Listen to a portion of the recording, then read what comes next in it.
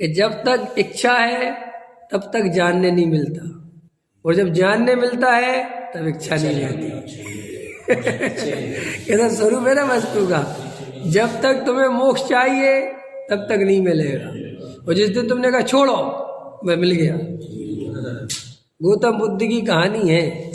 गौतम बुद्ध ये सबने पढ़ी है कहानी कि गौतम बुद्ध को जब वो पैदा हुए तो ऐसा आता है उनके जीवन में कि एक बहुत बड़ा साधु, बहुत बड़ा ख्याति प्राप्त साधु, बहुत हिमालय से भागा हुआ आया।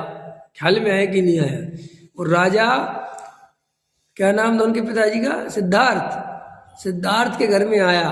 ख्याल में आया ना? फटाफट फटाफट और जल्दी घर में बात तो सारे जगत के नगर के, अरे महाराज साधु महाराज, साधु महाराज, समझ में ना।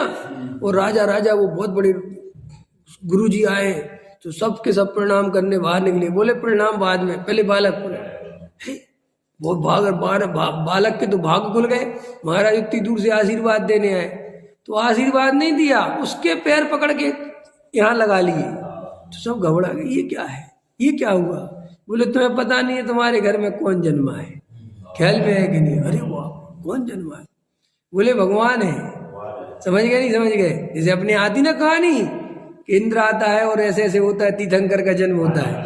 तो खरी महाराज क्या बात कर रहे हो? बोले हाँ, ये कोई छोटा मोटा नहीं, बहुत बड़ा महापुरुष है तुम्हारे घर में। बोले मुझे हिमालय में इसका ख्याल आ गया था कि वहाँ जन्म ले लिया है, तो मैं उसके लिए आया। तो बोले इसके बारे में सुनो, ये तुम कितने ही कोशिश कर लेना ये रुकेगा नहीं। समझ में आया ना? ये जाएगा, क्योंकि ये जाने के लिए आया है।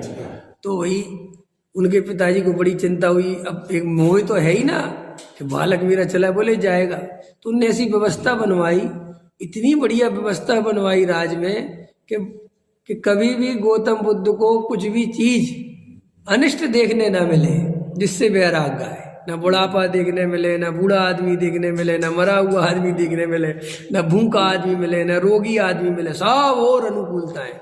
लेकिन अनुकूलताएं ज्ञानियों को बांध कहाँ सकती है? तो बस एक दिन वो वैराग्य का प्रसंग बना, चले गए। लेकिन वहां ही कहानी कहती है कि उनको मुक्ति का मार्ग पता नहीं था और मुक्ति के लिए लालायत बहुत थे। उनको संसार की असारता बहुत भासती थी और ये नहीं समझ में आता था कि मुक्ति मिलती कैसे। तो भाई इतने ईमानदार थे, इतने ईमानदार थे कि कहानी कहती है कि वो जिन गुरुओं के पास गए और जिस गुरु ने जैसा बताया बिल्कुल पूरी ईमानदारी से वैसा किया, लेकिन आत्मा नहीं मिले। तो गुरु से कहा ये बता दो कितने दिन करना है। अब वो गुरु को खुद भी नहीं मिला आत्मा, और वो झूठ फरेब कह रहा है कर रहा, तो वो गुरु को ही दया आने लगती थी। तो ऐसा लिखते कि कई गुरुओं ने साल 2 साल बाद कह दिया भाई सच बताओ तो मुझे भी नहीं पता।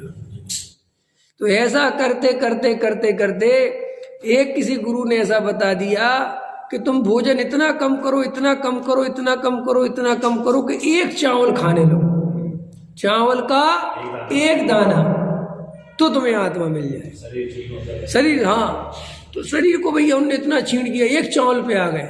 तो कहानी कहती है कि जब एक चावल पे आ गए तो एक नदी थी, नदी पार करना था, और नदी पार करना था तो वो नदी पार नहीं कर पाए। शरीर बिल्कुल जीड़ सीड़ हो गया, जबकि बहुत बलशाली शरीर था, क्षत्रिय एकदम। तो इतना कष्ट दुख हुआ उनको, ये मैंने क्या कर लिया। फिर वो बैठ गए, बाहर निकल गए, बैठ गए और ऐसा विचार करने लगे कि मुझे आत्मा तो मिला नहीं, और जो शरीर मिला हुआ था ये भी मैंने खराब कर लिया। ख्याल में है ना? अब नहीं चाहिए मुझे। क्या कहा? मुझे ना मुझे मोक्ष चाहिए, अब ना कुछ नहीं चाहिए। संसार तो पहले ही नहीं चाहिए था, क्योंकि संसार में तो कुछ था ही नहीं, ये बात उनको क्लियर थी। लेकिन उन्होंने कहा मोक्ष भी नहीं चाहिए, अब आत्मा भी नहीं चाहिए। और कहते हैं उसी रात बुद्ध को आत्मज्ञान हुआ। पेड़ के नीचे सो गए तो कहते हैं उस दिन ऐसी नींद आई, ऐसी नींद उनको पूरे जीवन में कभी नहीं आई थी, क्योंकि उनको बहुत अंदर से पूरे टाइम चलता था। सब पूरा भार उतर गया, मोक्ष का भार भी उतर गया, सम्य दर्शन का ही भार उतर गया। और कहते लेट गए और उस दिन ही आत्मज्ञान हो गया सहज। तो फिर उनको समझ में आया तो वो कहते हैं कि भाई बाहर से कुछ नहीं है, तो उनका वाक्य अपो दीप भाव, अपने दीपक स्वयं बनो, अपना कल्याण स्वयं के हाथ में, कोई किसी में नहीं है।